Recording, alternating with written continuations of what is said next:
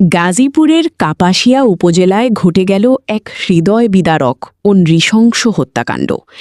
একই পরিবারের ৫ জনকে গলা কেটে হত্যার ঘটনায় পুরো এলাকায় নেমে এসেছে শোকের ছায়া। সৃষ্টি হয়েছে চরম আতঙ্ক। শনিবার ৯ মে সকালে উপজেলার সদর ইউনিয়নের রাউতকোনা গ্রামের একটি ভাড়া বাসা থেকে রক্তাক্ত অবস্থায় ৫ জনের মরদেহ উদ্ধার করে পুলিশ।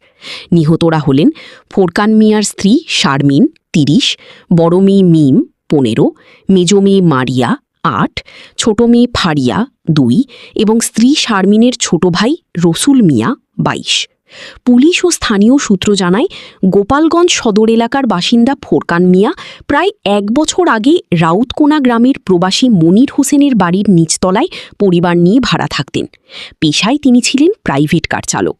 শুক্রবার দিবাগত রাতের কোনো এক সময় এই ভয়াবহ হত্যাকাণ্ড সংঘটিত হয় বলে ধারণা করা হচ্ছে। শনিবার সকালে ঘরের ভিতরে রক্তাক্ত মরদেহ পড়ে থাকতে দেখে স্থানীয়দের মধ্যে আতঙ্ক ছড়িয়ে পড়ে। পরে খবর পেয়ে বাংলাদেশ পুলিশ ঘটনাস্থলে পৌঁছেই মরদেহ উদ্ধার করে।